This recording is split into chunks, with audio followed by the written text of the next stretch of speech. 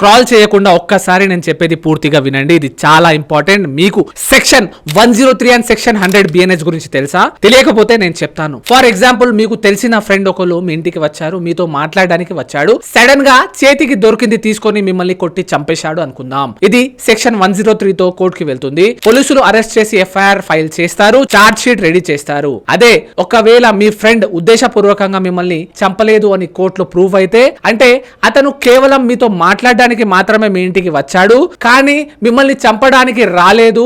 వచ్చిన తర్వాత ఏదో గొడవ జరిగింది, కోపంతో మిమ్మల్ని కొట్టాడు, మీరు చనిపోయారు. ఇది కూడా హత్య కిందికే వస్తుంది, కానీ అన్ఇంటెన్షనల్ హత్య కిందికి వస్తుంది. అతను మిమ్మల్ని అనుకోకుండా చంపాడు, కాబట్టి ఇది సెక్షన్ 103 కాకుండా 100 అవుతుంది.